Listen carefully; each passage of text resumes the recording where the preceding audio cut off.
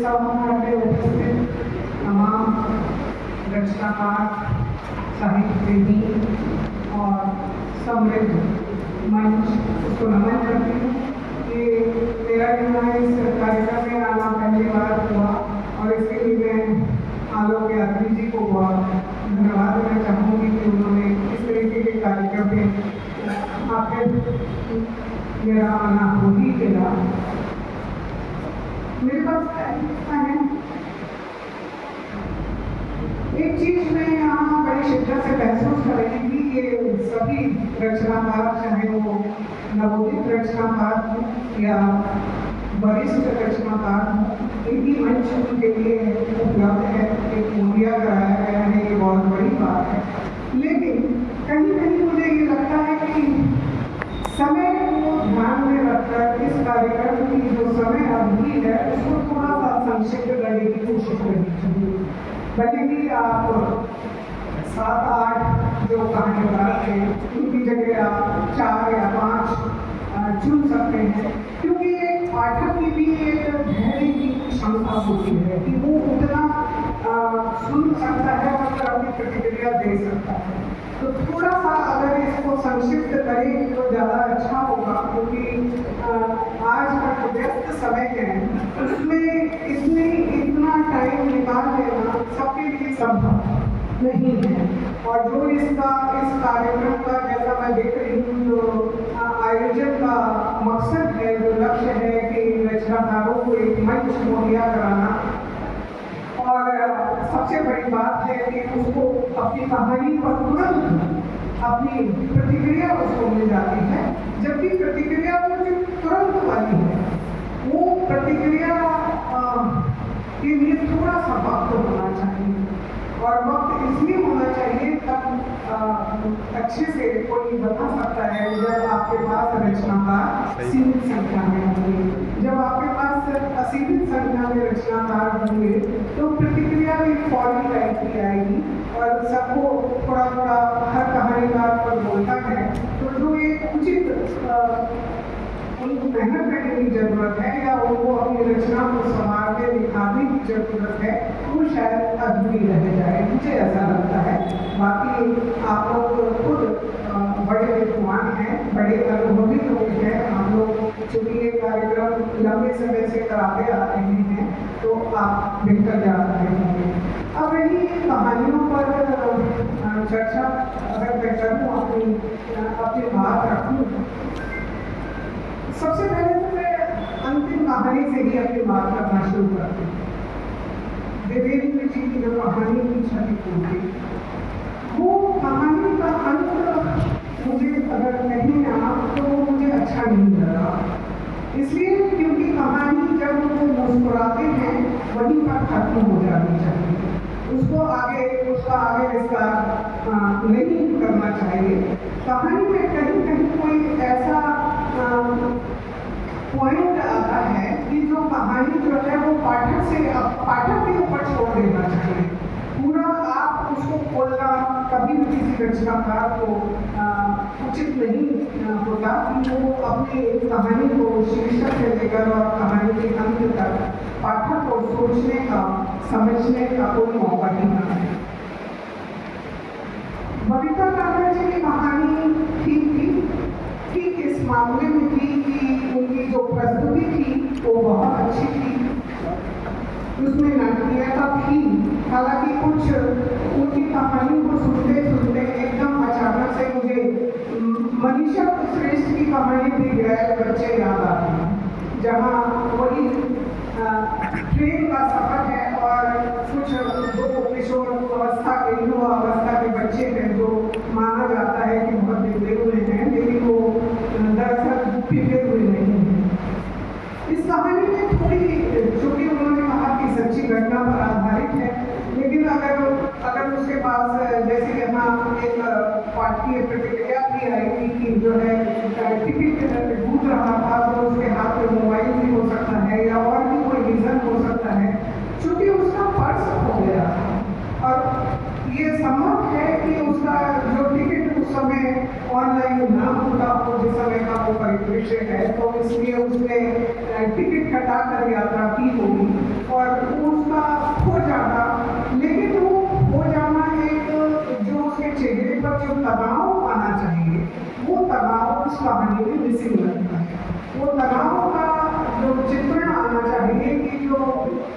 जिसका एक तरीके से सब कुछ चला गया, अब उसके आगे का रास्ता वो कैसे तय करेगा कि उसके पास टिकट तो नहीं है लेकिन उसके घर पहुंचने तक उसके पास पैसे नहीं है, तो वो कैसे अब अपनी यात्रा को जारी रखेगा। जो डर, जो तनाव, जो उसके चेहरे पर शिकन आनी चाहिए वो कहीं मिसिंग लगती है। प्रथम नागपाल की कहानी बहुत कहानी नहीं कह सकते हम उसको, तो कहानी के नाम पर एक ऐसा लगता है कि रोमांचक कोई फिल्म देख रहे हैं, थ्रिलर मूवी देख रहे हैं, तो उसमें कहानी पर बिल्कुल मुझे लगता है कि वो कहानी अभी बनी नहीं है। और अगर चूंकि जैसा काफ़ी पाठकों ने भी ये कहा कि वो अगर एक जगह खड़े होकर कहानी पढ़ते तो शायद वो तन्मयता, वो पाठकों का ध्यान आकर्षित कर सकते थे, लेकिन उन्होंने एक अच्छी बात है, मुझे लगता है कि कहानी के साथ साथ उनको अभिनय के मंच पर जाना चाहिए, उसके लिए वो ज़्यादा उपयुक्त पात्र होंगे। दीपक श्रीवास्तव जी की कहानी, जिसमें एक हैसियत जो कहानी की, जो दो दोस्त बनते हैं और बनते बनते वो बच्चों का जो उन्होंने बाल मनोविज्ञान को पकड़ने की कोशिश की, लेकिन कुछ अटपटी चीजें उसमें उस कहानी में आ रही हैं। तो बल्कि दीपक जी से नहीं, बाकी सारे जो भी रचनाकार यहाँ जिन्होंने अपनी कहानियाँ पढ़ी हैं, उन सभी से मेरा एक आग्रह है कि आप जो भी रचना लिखते हैं, जो भी कहानियाँ लिखते हैं, वो आप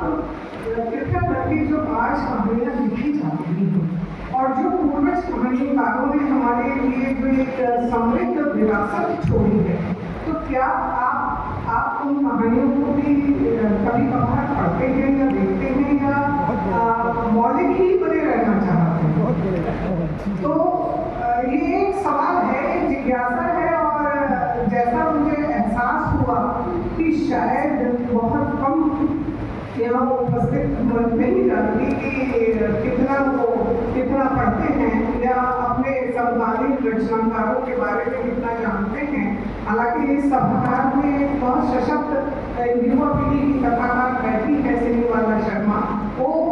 बहुत उनकी रचनाओं को मैंने पढ़ा है और मैंने जाना है, मुझे पता है कि वो एक सशक्त हस्ताक्षर है।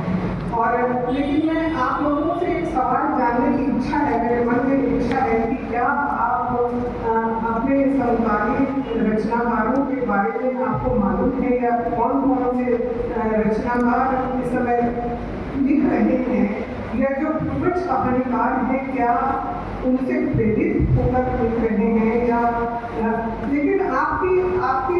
पाठकीय क्षमता के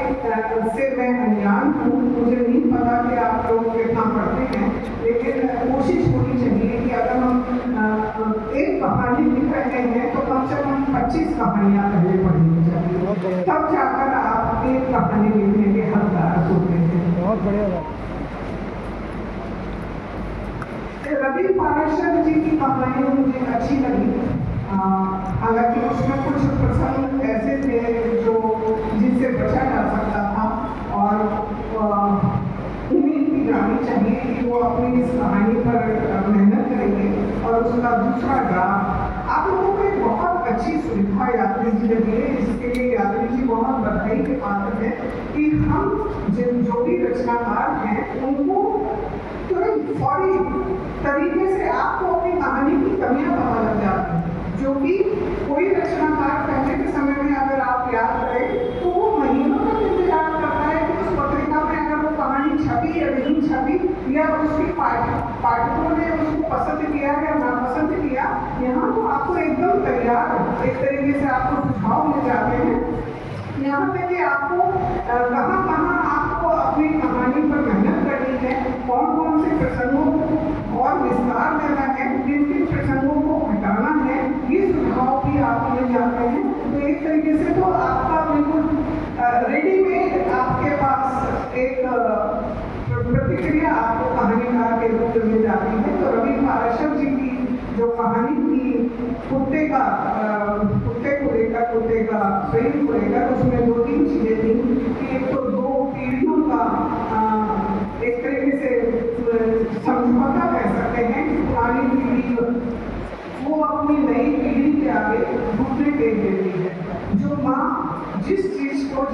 वो कुत्ते को बिल्कुल पसंद नहीं करती, वो भी अपनी बेटी के प्यार से आकर मजबूर होकर वो कुत्ते से प्रेम करने लग जाती है। हालांकि कुत्ते के प्रेम को लेकर मुझे यहाँ पे नासिरा शर्मा का एक उपन्यास याद आता है, उसका टाइटल मैं भूल रही हूँ, अभी 2-3 साल पहले ही कुत्तों के प्रेम को लेकर नासिरा शर्मा का उपन्यास आया है। तो लेकिन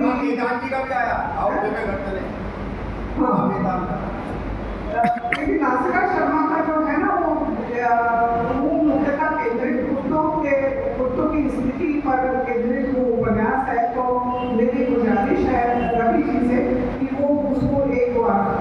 अवश्य पढ़ें, और चूंकि उससे पढ़कर आपको पता लगेगा कि आपकी कहानी में कहाँ छोड़ आया है और उसको कैसे कसा जा सकता है, कैसे नए सिरे से उस पर पहचान की जा सकती है। सुधा गोयल जी की कहानियाँ मुझे बहुत अच्छी लगी, कहानी मुझे बहुत अच्छी लगी, वो मन को छूती है। हालांकि कुछ लोगों ने उसको लेकर कहा कि ऐसा हमारे परिवार में भी होता है, और लेकिन ये सच है कि जो माँ बाप बड़े सपने देखते हैं, बड़े शिद्दत से चाहते हैं कि उनके बच्चे पढ़ने पर विदेश जाए, बहुत नाम होगा समाज में, उठने बैठने में हम फख्र करेंगे कि हमारा बच्चा विदेश में रह रहा है, विदेश में नौकरी कर रहा है। लेकिन एक समय आता है कि जब माँ बाप को सबसे ज़्यादा ज़रूरत होती है और वो बच्चे उसके पास वापस लौट नहीं पाते, तो मर्द को एक तरीके से झंझोड़ देती है। तो वो कहानी मुझे बहुत अच्छी लगी। तो बच्चे आपके लिए बहुत बधाई की बात। अर्पिता सिन्हा की चूंकि वो एकदम युवा है और उनको नहीं पता था कि वो कहानी है कि कविता है, तो पहली रचना उन्होंने कहा था, क्योंकि उन्होंने नहीं कहा था कि मेरी ये कहानी पहली कहानी है। उन्होंने मंच पर आने तक ये बता दिया था कि वो उनकी ये पहली लिखी रचना है। वो कविता थी या कहानी थी, लेकिन जो भी थी वो उन्होंने कोशिश की थी। तो पहली कोशिश कहीं न कहीं नींव पड़ती है, कहीं न कहीं हम एक तरीके से कलम उन्होंने अपनी थामी है और उनको हमें बहुत आगे का रास्ता सफर तय करना है। सबसे बड़ी बात है कि उन्होंने अपने पूरे आत्मविश्वास के साथ इस मंच पर अपने आकर अपनी रचना की प्रस्तुति की, तो इसके लिए लोग बहुत बधाई की बात है। मनीषा गुप्ता की कहानी हुआ, वो थोड़ी सी अधूरी कहानी है। उसको मोबाइल तो नहीं है, मोबाइल क्योंकि वो क्या कहना चाहती थी, एक रिश्ते की वो परिभाषित करना चाहती थी कि जो हमारे परिवार एकाकी परिवार में बदलते जा रहे हैं। दरअसल शायद उनका लक्ष्य था कि वहाँ उन रिश्तों को समझाने की कोशिश की कि वो उसको समझा सके या पाठकों के सामने रख सके कि हम कैसे अपने नज़दीकी पारिवारिक रिश्तेदारों को की अहमियत को नहीं समझ पा रहे हैं। तो एक कोशिश जो थी वो उनकी कोशिश की, अगर मनीषा की यहाँ है नहीं इस समय, और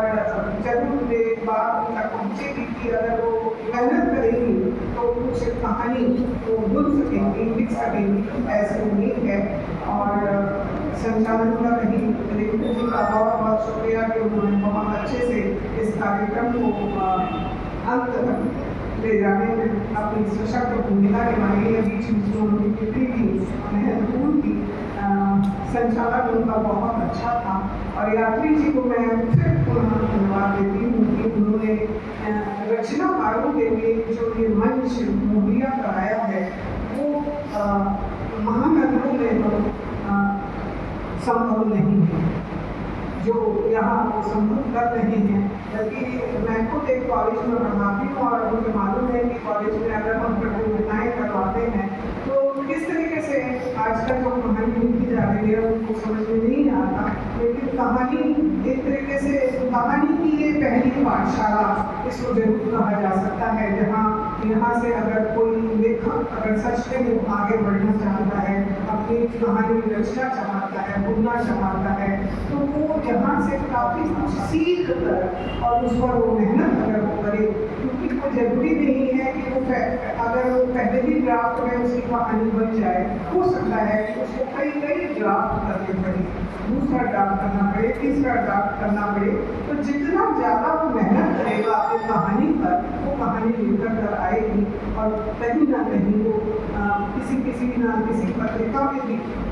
स्थान पाएगी, ऐसी मुझे उम्मीद है। लेकिन यहाँ जो मंच यात्री जी ने सुलभ कराया है वो बहुत बड़ी बात है, इसके लिए यात्री जी को मैं बहुत हार्दिक